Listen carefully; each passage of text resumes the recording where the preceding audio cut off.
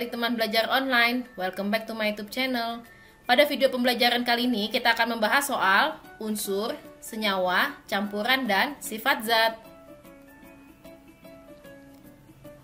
Zat tunggal yang tidak dapat dibagi lagi menjadi zat yang lebih sederhana disebut A. Unsur, B. Campuran, C. Senyawa, dan D. Larutan. Unsur adalah suatu zat tunggal yang tidak dapat diuraikan lagi menjadi zat yang lebih kecil dan sederhana dengan menggunakan reaksi kimia biasa. Campuran adalah perpaduan beberapa zat yang masing-masing masih memiliki sifat aslinya. Sedangkan senyawa adalah zat yang terbentuk dari dua unsur atau lebih melalui reaksi kimia. Sehingga jawaban yang benar adalah yang A. Unsur. Di dalam kehidupan, kita sering menggunakan benda-benda yang tergolong senyawa. Benda berikut yang dikelompokkan sebagai senyawa adalah A. Air, tanah, udara, B. Alkohol, gula, minyak goreng, C. Besi, aluminium, kuningan, D. Perunggu, asam sulfat, dan cuka. Senyawa merupakan gabungan dari beberapa unsur yang terbentuk melalui reaksi kimia. Alkohol, gula, dan minyak goreng itu terbentuk dari unsur karbon, hidrogen, dan oksigen. Sehingga jawaban yang benar adalah yang B, yaitu alkohol, gula, dan minyak goreng. Di antara campuran berikut yang merupakan larutan adalah A. Jus tomat, B. Air teh, C. Es buah, D. Air sungai keruh. Untuk jus tomat itu terdapat bulir-bulir buah tomat yang masih terlihat jelas dan dapat disaring. Jus tomat itu bukan larutan. Untuk air teh, antara air dan teh bercampur menjadi satu bagian yang sama atau menjadi satu fase atau homogen. Sehingga pada setiap bagian terlihat sama dan tidak dapat dibedakan lagi. Air teh juga tidak dapat disaring. Air teh merupakan jenis larutan. Untuk es buah merupakan campuran heterogen yang terdiri dari banyak bahan buah-buahan di dalamnya. Es buah merupakan campuran yang bukan larutan. Sedangkan untuk air sungai keruh, terdapat butiran-butiran pasir atau tanah yang terlihat jelas dengan mata dan tidak menyatu dengan air. Ketika didiamkan, butiran tersebut akan mengendap di bagian bawah sehingga dapat kita saring. Air sungai itu bukan larutan. Sehingga jawaban yang benar adalah yang B, yaitu air teh. Unsur yang paling ringan adalah A. Hidrogen, B. Aluminium, C. Zinc, dan D adalah raksa. Unsur yang memiliki massa paling ringan adalah hidrogen, yaitu dalam bentuk gas. Sedangkan unsur yang memiliki massa paling berat adalah uranium. Unsur-unsur yang paling banyak terdapat di alam yaitu oksigen, silikon, aluminium, dan besi. Sehingga jawaban yang benar adalah yang A, yaitu unsur yang paling ringan adalah hidrogen.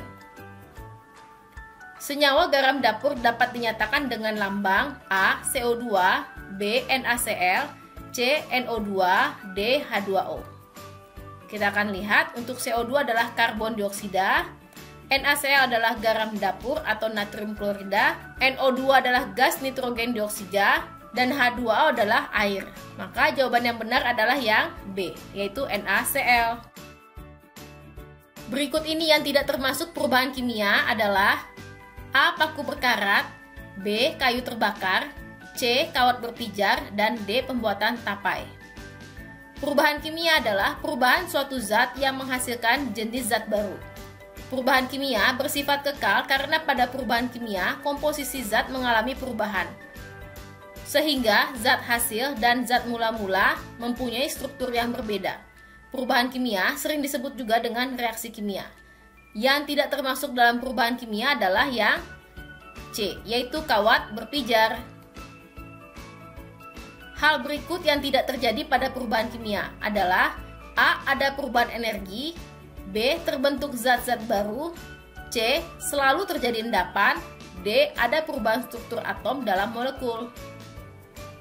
Perubahan kimia adalah suatu perubahan materi yang menghasilkan jenis dan sifat baru dari zat semula.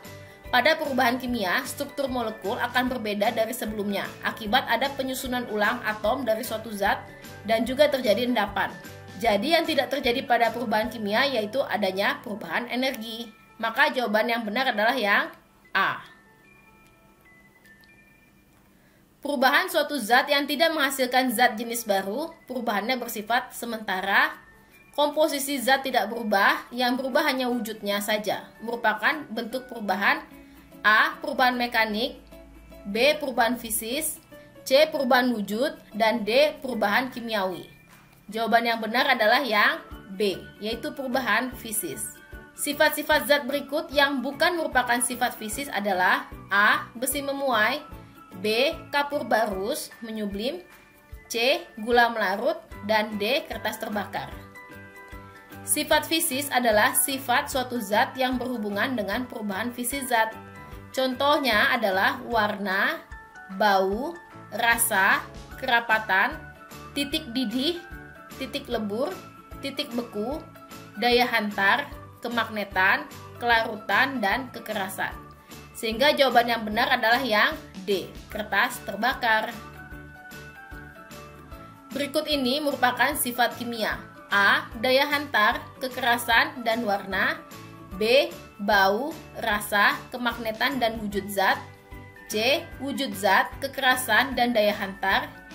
D. Mudah berkarat, kereaktifan, dan mudah terbakar.